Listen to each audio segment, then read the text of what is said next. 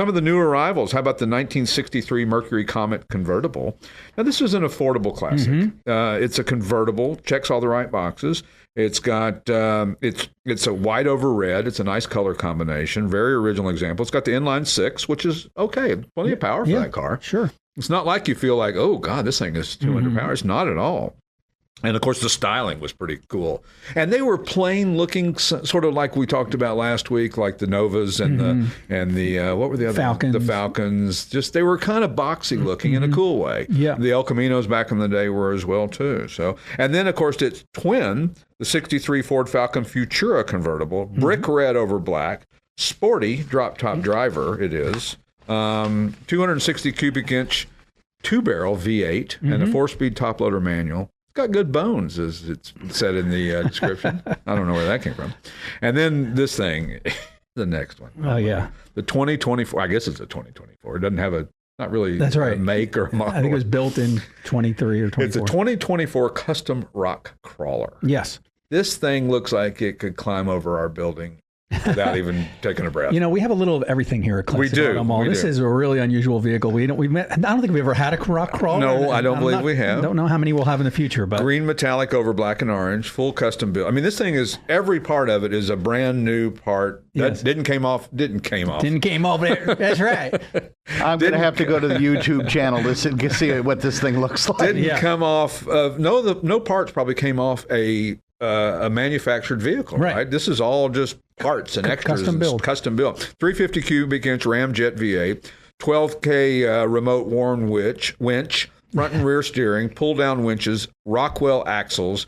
This thing is bad to the bone. It's purpose built. Yeah. And I think I make reference to Matt's Off-Road Recovery in the description, and that's a YouTuber who's got like 2 million views. He rescues cars in Utah from canyons. And my sister's favorite show. Mine too. I love it. And you see rock crawlers on it. That's the only other place I've seen them other than in this mall. It's interesting to see one around here because there's not that kind of competitive rock crawling, if you will, or even sand dunes to go, where are you going to go ride this thing? It's true. I mean, there are sort of mountain trails, and I guess you could take it there. I guess so. Different grades, but probably might get scolded by the local jardarms. Yeah, probably.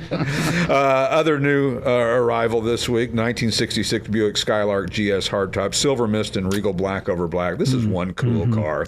Yeah. 401 cubic inch Wildcat V8. This is the gentleman's muscle car. It's kind of like the Grand Prix and the Skylark from this era, and some of these other cars that were, the Impala had lots of power, but were a little more luxurious and comfortable than say a Camaro in the late 60s, or even some the Malibus and the Chevelles in the early mid 60s. And this thing, 2-speed automatic.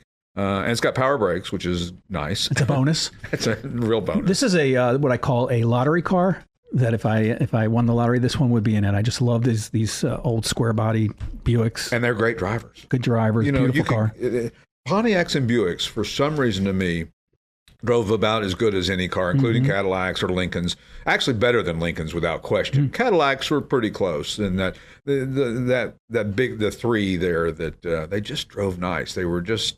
It's funny. I was talking to somebody who I'll let you in later. Anyway, his dad drove a car that you wouldn't expect. He drove an Oldsmobile Tornado because he's used to driving race cars and fast cars and cars that are loud and smelly and oily. And Tornado, you just get in, put it in drive, and away you go. And sometimes that's a plus. Yeah, great driving car. Yeah. And other new arrival, the 2020 Chevrolet Camaro Yenko SC Stage 1 hardtop.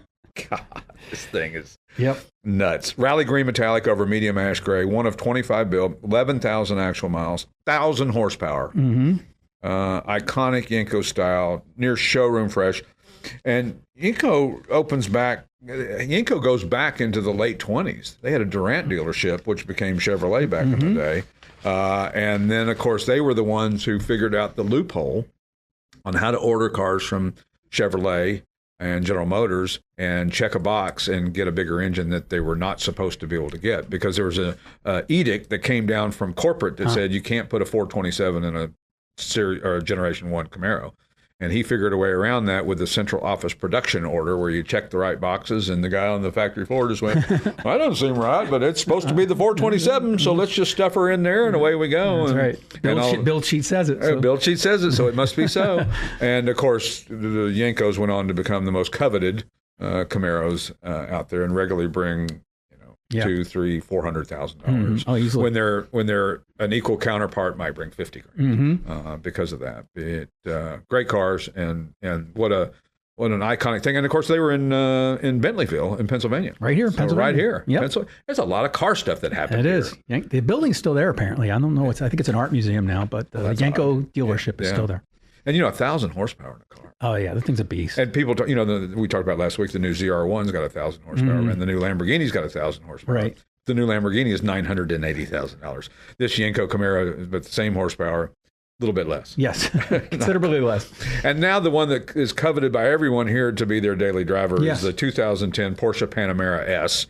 Everybody loves this car. It's a good-looking car. It's a good-looking car. It's one of those ones. It's reasonably priced. It's a lot of bang for the buck. It's fun to drive. I mean, it's the S model, so it's got the 4.8-liter DOHC V8, double overhead cam, if you will, dual clutch 7-speed automatic, 55,000 miles. So not low, but not high. Right. Porsches are pretty bulletproof. They'll run quite a few miles. Not many people put that many miles on them, but that's okay. Yeah, and the back seat of this thing is very comfortable. It's amazing. I mean, full-size adults, no problem. A full-size adult and no issues whatsoever. Yep.